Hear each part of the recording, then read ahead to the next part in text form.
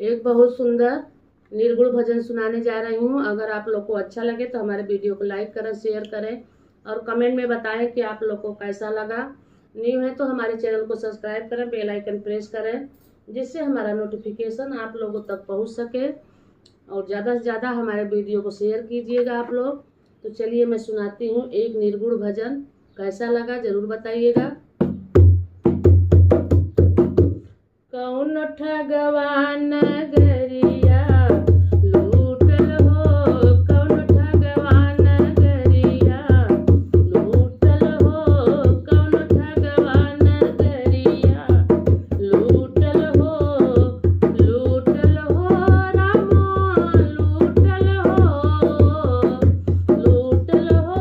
रामा लूटल हो, कौन ठगवान नगरिया लूटल हो,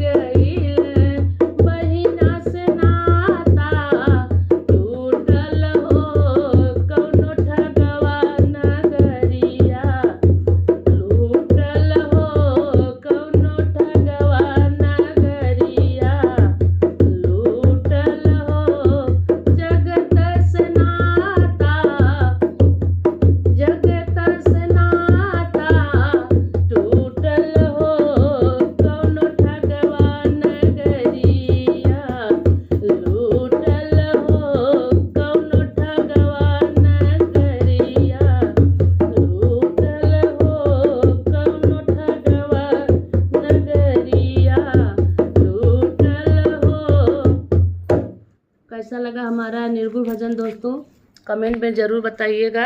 फिर मिलते हैं नेक्स्ट वीडियो में।